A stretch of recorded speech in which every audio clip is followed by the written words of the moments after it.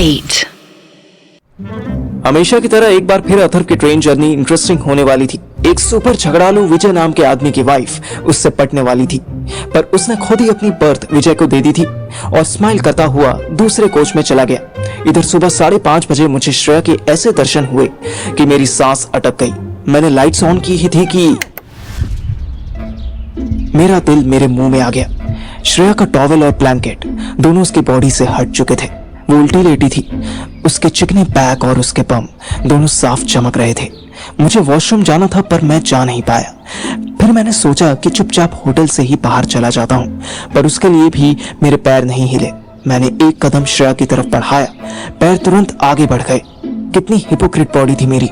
दिमाग कह रहा था कि दोस्त की एक्स गर्लफ्रेंड है भी, और हो सकता है दोस्त की फ्यूचर गर्लफ्रेंड भी बन जाए, पर बॉडी थी कि किसी वार्निंग को मान ही नहीं रही थी। इसी बीच श्रेया ने करवट बदली। मैं डर के मारे बैठ गया। मुझे लगा कहीं वो मुझे ऐसे देखते हुए ना देख ले, पर वो गहरी नींद में सो रही थी। मैं उठा तो मुझे उसका फ्रंट व्यू नजर आने लगा। उसके ग्लोब्स एक दूसरे के ऊपर चढ़े हुए थे। वो सोती हुई किसी मासूम गुड़िया सी लग रही थी। मैं और आगे बढ़ा, उसके पास पहुंचा।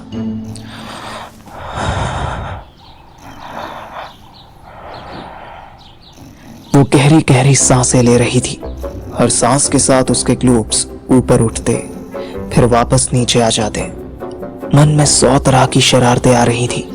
मैंने सबको किनारे किया और उसका ब्लैंकेट ऊपर कर दिया। श्रेया ने ब्लैंकेट को टेडी बियर की तरह पकड़ लिया।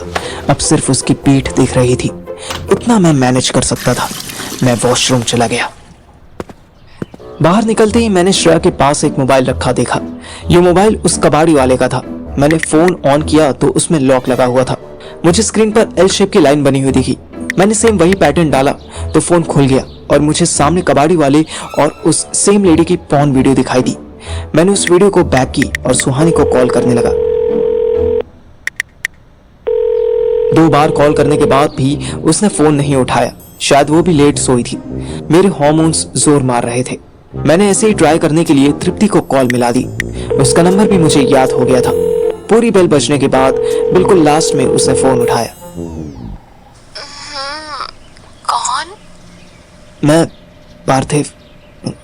मिलेगी? क्या हुआ बता, किसी प्रॉब्लम में है? ये किसका नंबर है? ये मेरे एक दोस्त का फोन है। मेरा फोन चोरी हो गया है और कोई प्रॉब्लम नहीं, जो थी वो ऑलमोस्ट सॉल्व हो गई। मैं तुझसे अपनी प्रॉब्लम के लिए नहीं, तेरे लिए मिलना चाहता हूँ। ओके, ठीक है, आज शाम को मिले? नहीं, अभी मिलते ना। मैं छत पर आ जाता हूँ, मुझे आधा घंटा लगेगा। अपने घर की छत पर आने में आधा घंटा? और यार, छत पर बारिश होती रहती है ना। परसों मम्मी छत पर फिसल गई तो पापा ने गेट लॉक कर दिया। वैसे भी इतनी अर्ली मॉर्निंग क्यों मिलना, शाम को मिलते हैं ना। मैं उससे बहुत सारी बहस करना चाहता था, पर मैंने फोन काट दिया। उसने तुरंत कॉल बैक किया, मैंने वो भी काट दिया। मैं इस टाइम एग्जैक्ट वैसे ही हॉर्नी फील कर रहा था जैसे अथर्व कभी हुआ करता था, और किसी के भी साथ सेक्स करने के लिए प्लान बनाने लगता था। क्या मुझे भी सेटराइसिस हो गया था? नहीं Parthiv, control on your urges, control. ये सब फालतू चीजें हैं। सुहानी है ना तेरे लिए। पेड़ कट गया तो क्या हो गया, सीढ़ी लगा के चला जाइयो।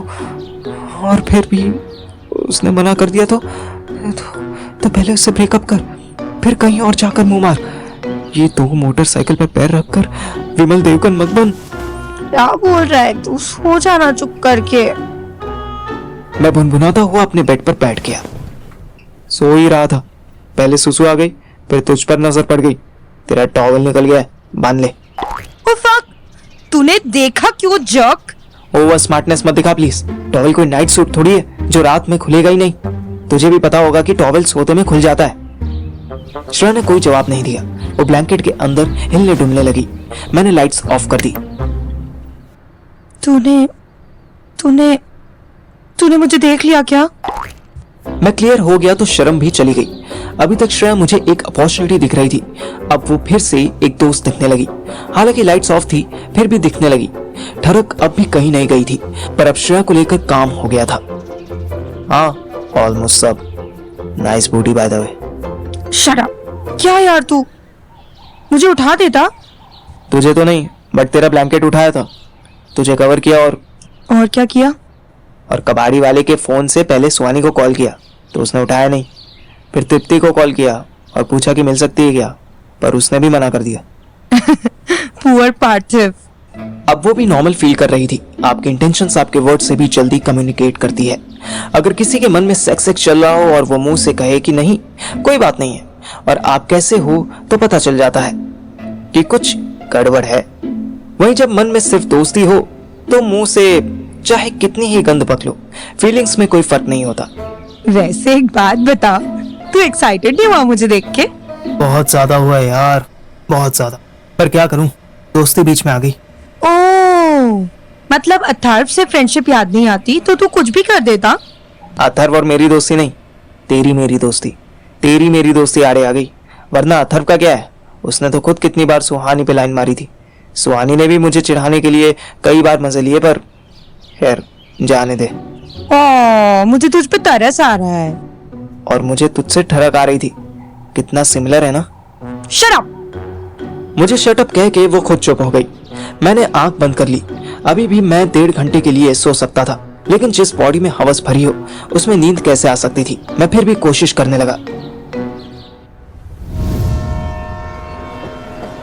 सुबह 10:30 बजे ट्रेन जलंधर पहुंची। बब्बू ने अथर्व को बताया कि मामू सेक्रेड हार्ट हॉस्पिटल में एडमिट थे। अथर्व ऑटो पकड़ के भागा।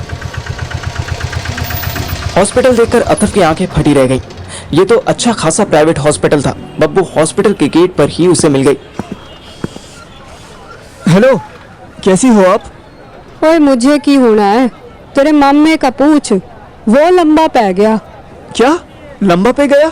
अरे हार्ट अटैक हुआ है ना उनको? हाँ तो लंबा ही तो लेटा है। कितनी बारी क्या मैं सस्ती दारू ना पिए, सस्ती दारू ना पिए, अंग्रेजी पिए, अंग्रेजी में मुंह मार, पर सुनता ही नहीं। अरे लेकिन सस्ती दारू पीने से तो लिवर खराब होता है ना। इनको तो हार्ट अटैक हुआ है।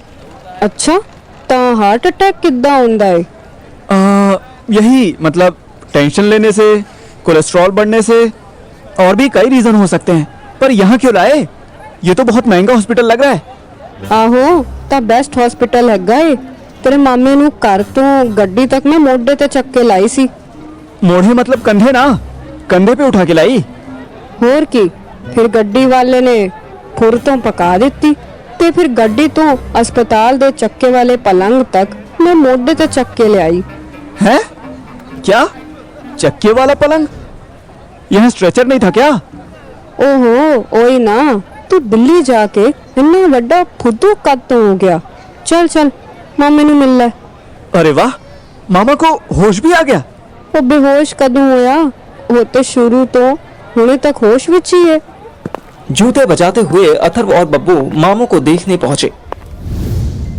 अथर्व को देख कुंजन मामा के चेहरे पर बड़ी सी स्माइल आ गई। और भाई पुत्र की हाल ताडे? मैं तो चंगा हूँ मामा, पर आप कैसे? और इतनी स्माइल क्यों कर रहे हो? क्या हुआ? ओए मैं जिंदा बच गया, स्माइल भी ना करा। लोग कहते ने कि दिल दा अटैक आया सी। तू वो सब छड़, मेरा सामान लाया। क्या आपका सामान? अच्छा, वो मम्मी से जो टी शर्ट्स लानी थी। ए बंड मेरा है टी शर्ट। तू क्या कह गया सी कि बोतल लाएगा मेरे लिए? ओ कितने है? क्या मामा आप भी अभी हॉस्पिटल में बैठे हो और आपको दारू की पड़ी है? अरे कुछ तो शर्म करो, अभी मरते मरते बचे हो। हाँ हो तो मारते मारते बच गए ने। जश्न तो होना चाहिए कि नहीं होना चाहिए? जा हुन ले आ। कहाँ? यहाँ? अरे पागल पागल हो गए हो क्या? ओहो तू टेंशन ना ले, इतनी सारी बदबू आंदी है थे। तू टेंशन ना ले, बैग बाप पे बना देगी। अथर्व को अब मामा की जिद से बचने का एक ही ऑप्शन दिखाई दे रहा था। उसने टॉपिक चेंज कर दिया।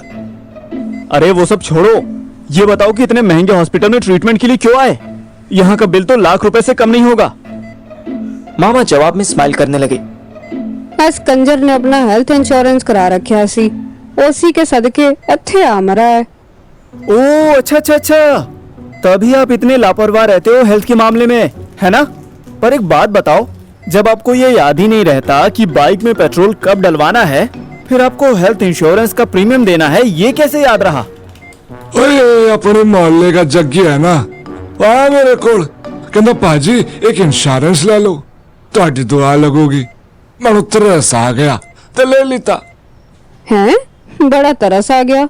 उसने दारू पिला दी से, फिर साइन ले लेते, ता पीछे लग लग के प्रीमियम ले लिया। चलो जैसा भी लिया अच्छा किया, लेकिन अब आप यहाँ से डिस्चार्ज होकर मेरे साथ दिल्ली चल रहे हो। मम्मी पापा ने डायरेक्ट ऑर्डर भेजा है और इस बार कोई बहाना नहीं चलेगा। अचानक से हंसी खुशी का माहौल टेंस हो गया। बब्बो कभी मामा का चेहरा देखती तो कभी अथर्व का। इधर मेरी नींद खुली तो मैंने देखा कि कबाड़ी वाले का मोबाइल मेरे पास ही पड़ा हुआ था। मैंने टाइम देखा, 10:30 बज रहे थे। करवट ली तो पाया कि श्रेया भी मेरे ही बेड पर सिकुड़ी हुई सो रही थी। शायद सुबह सुबह उसे ठंड लगने लगी थी या उसका इरादा कुछ और था। मैंने उसी की तरफ मुंह किया और फिर से लेट गया। वो शायद जाग रही थी, वो भी थोड़ा और मेरी तरफ खिसक आई।